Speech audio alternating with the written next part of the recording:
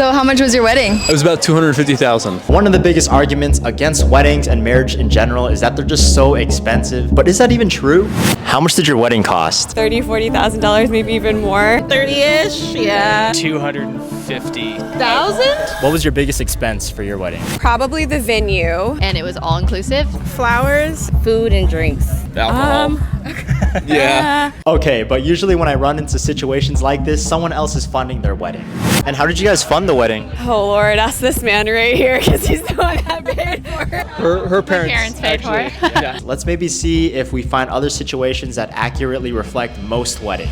How much did your wedding cost? Probably like $3,000, $4,000. About 10,000 or so. It was about 12 to 15 grand. We paid $700. We spent like $60. Yeah. We went to the courthouse. We kept it simple. Just so you guys know, I got married 6 weeks ago and our wedding ended up costing around $14,000. There's definitely places you can cut costs, so I had to ask. What advice would you give a young couple that wants to cut costs but still have an enjoyable wedding? Doing your own decorating, getting the family in there. Let's decorate the chairs. Let's make the bows. Our cake was like just for us, and we did a cheesecake, so it was fun. But looking at the big picture, money seemed to be just the smoke screen around the real reason why young people are hesitant to get married today. Like obviously marriage rates are declining, but behind that stat, there's obviously more deeper rooted issues. And to look into that, we have to understand why people get married in the first place. What do you think's the purpose of marriage? More money. On which side, the guy or the girl? Both. Breadwinners. What do you think is the purpose of marriage? To share your life with somebody. We didn't get into it too much in the interviews, but for some, marriage is a religious matter. It's a true covenantal relationship between them and their partner. For some, there's an economic element to it, and for a lot of people, they get companionship and love from a marriage, so of course there's that romantic element. We also see people getting married due to a pregnancy, and that's where you get a shotgun wedding. And a lot of people also get married just for the status of it.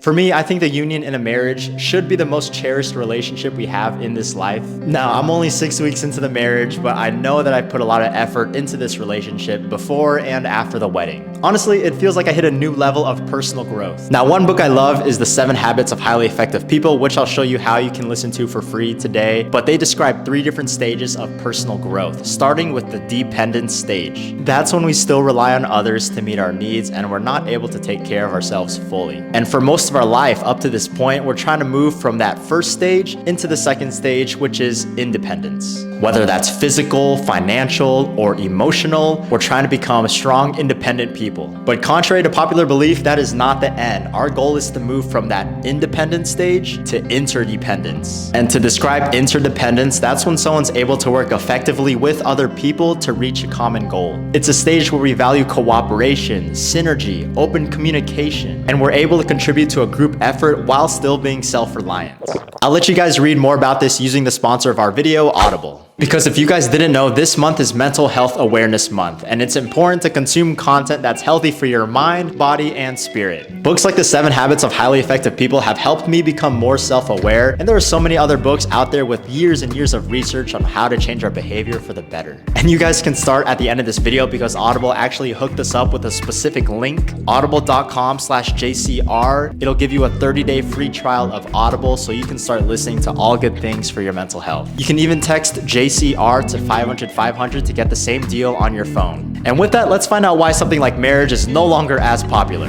Why do you think that's happening? I think they're very cynic because of the rates of divorce. My generation, at the first sign of trouble, bolt, and they're on to the next thing. That makes kids figure that marriage is something that you go into lightly. It's not a lifetime commitment. My personal opinion, social media has this perception where you have to have the world see your relationship and how things is. We're more so focused on what somebody else think versus by what each other think. And I think people see those too online. They're like, oh, my relationship should look like that. That's how I know when I'm ready, and that's just not reality. What's your marital status? We're engaged. Everything okay? I feel good right now.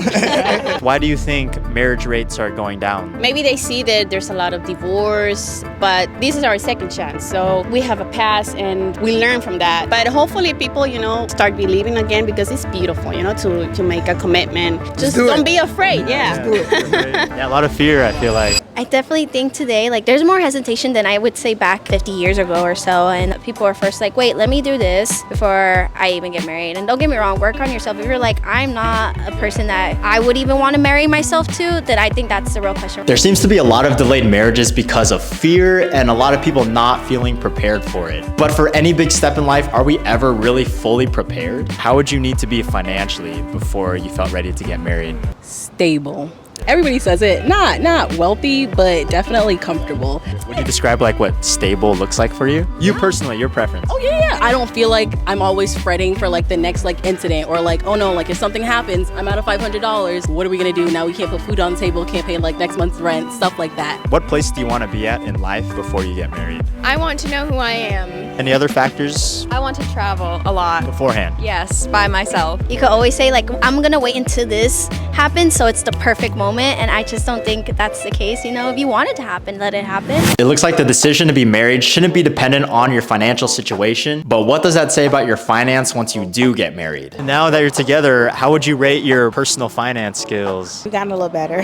Yeah, way better. Because we consider ourselves as one instead of two. We talk about everything together before we spend any money. We both have to come to an agreement that, okay, hey, this is what we're doing, this is what we're spending it on, or this is what we're gonna save. What does that look like? Did you merge your bank accounts or do you just talk more about it? Our credit cards, we merged those, but I mean, we still got our own separate personal accounts because you work hard for your money and it's okay to do a little something for yourself after you take care of your priorities. For Ashley and I, we made sure to address the topic of money well before we got married. We knew what kind of debts we had, we knew how much we had in our bank accounts, we knew our income, and finally, once we did get married and started viewing our money as ours and not yours and his, at that point, we started making a budget together. And whether or not you merge your bank accounts or you just get a joint and have your own separate, you should still every month sit down and create a budget so that you are not hit on the side of the head with random expenses each month. In the end, guys, finance in a relationship is a team effort. It's not you against him, it's you two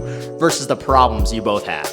I'm still learning on this journey of marriage and I'm gonna share with you guys everything I learned every step of the way, so please make sure to subscribe.